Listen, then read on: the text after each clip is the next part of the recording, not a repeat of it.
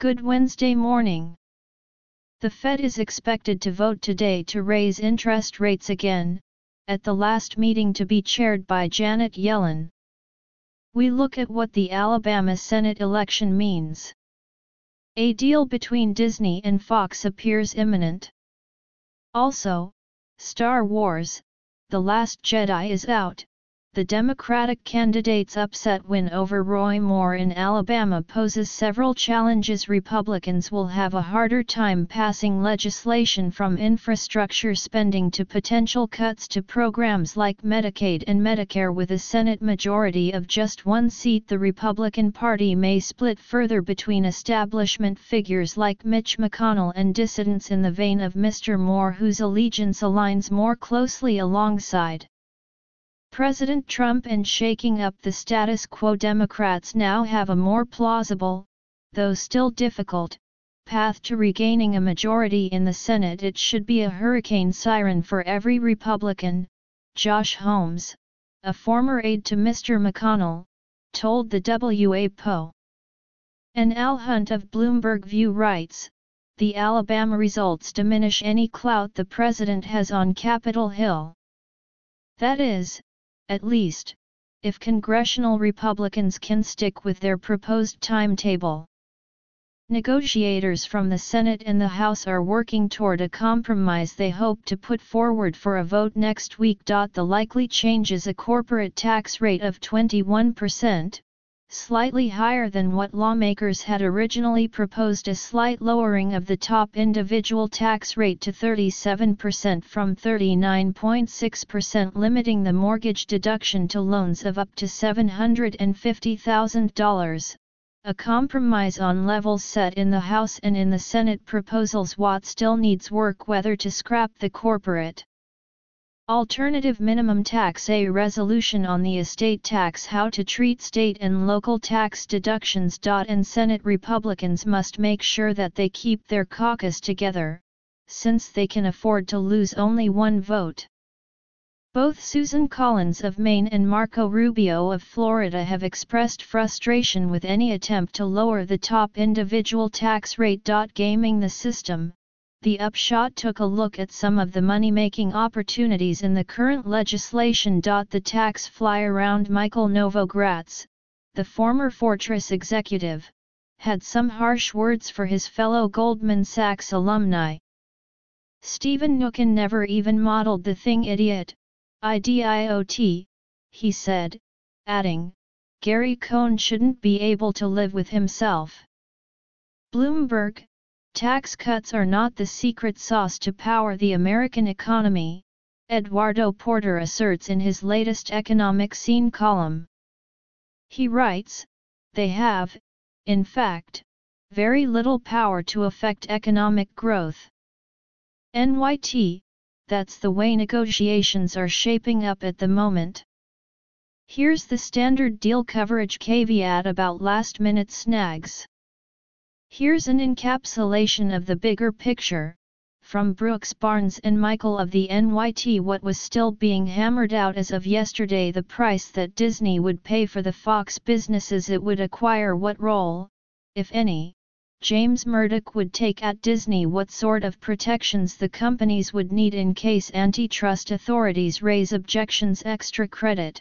Holman Jenkins Jr. of the WSJ op-ed page criticized the Justice Department's lawsuit seeking to block AT&T's takeover of Time Warner, arguing that the companies should be free to try a new business combination to compete in a changing landscape. The FCC is expected to vote tomorrow on rolling back the regulations. But Facebook, Google, and their peers have been noticeably quiet. Why? They're already on the defensive on other issues. As Harold Feld of the advocacy group Common Knowledge told the NYT, Ajit Pai, the F.C.C's chairman, again criticized online media platforms over what he said were decisions to restrict conservative political content. And John Leibovitz, a former Democratic head of the Federal Trade Commission, asserted in the WSJ that the F.C.CS move may not spell the end of net neutrality. Extra credit, the WSJ found thousands of fraudulent comments on regulatory dockets at federal agencies, some of which used what appeared to be stolen identities. There were about 818,000 identical postings backing the F.C.CS new internet policy. Andrew writes the site, which helped take crowdfunding mainstream, is hoping to do the same for initial coin offerings, according to the NYT. Its biggest benefit to those seeking to raise money by selling virtual tokens is registering those digital currencies as securities when appropriate, avoiding the kind of trouble that the restaurant review app Munchie encountered. From Bloomberg's Matt Levine Sign of the Times, look at what's trending in Apple's iOS App Store. Critics Corner Matt O'Brien writes, Bitcoin has now graduated to being a Ponzi scheme for redistributing wealth from one person to another. Wonk blog, Kevin Roos, who laments missing a potential windfall by selling his sole Bitcoin holding in 2013, writes, there aren't many investments that can produce outsized returns for the average person. NYT, the tech giant will pay taxes on most of its international ad revenue in the countries where that money is collected, rather than funneling everything through its Irish subsidiary. There are several ways to think about this. The company will spread its wealth across more countries, and potentially earn some political goodwill at a time when it's under heavy regulatory scrutiny.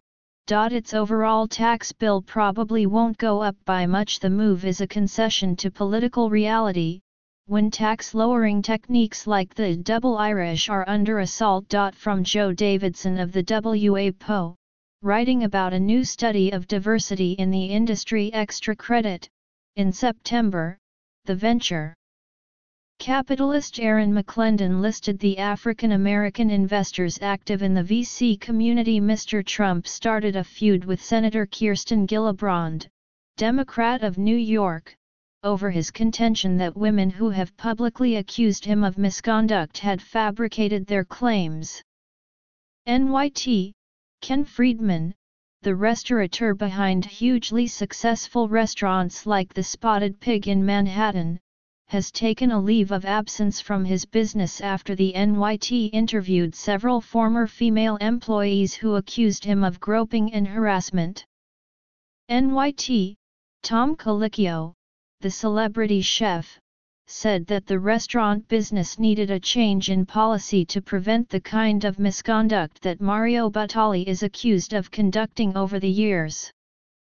Food and Wine, the movie could make at least $424 million in its first weekend, with $200 million alone at the North American box office, according to Deadline. Yet it isn't expected to perform as well as its predecessor, The Force Awakens, because the earlier film benefited from years of anticipation. The Star Wars franchise remains one of Disney's most valuable properties and would be a cornerstone of the company's forthcoming video streaming service, The Lat reminds us. But really, we're mentioning the movie here because Michael is stoked to see it. Manala Dargis of the NYT writes, yes, the latest Star Wars installment is here, and, lo, it is a satisfying, at times transporting entertainment. ExxonMobil has some room for creativity in its disclosures about how global warming may affect its business, so investors will have to do their homework on these estimates. Brea King views, Hong Kong's Court of Appeal is set to rule on an appeal by Rurik Jutting, the British banker jailed for life for the murders of 2 Indonesian women. Reuters, Iron Mountain, the data management company, agreed to buy IO Data Centers operations in the United States for $1.3 billion. Bloomberg, General Electric conducted an internal review of who knew about the spare jet that followed Jeff Immelt on trips when he was its chief executive, according to people familiar with the matter. WSJ, the surge in online purchases is testing the limits of delivery services and some have already warned that packages could be delayed. WSJ, how to sort fact from fiction when it comes to debating economic policy.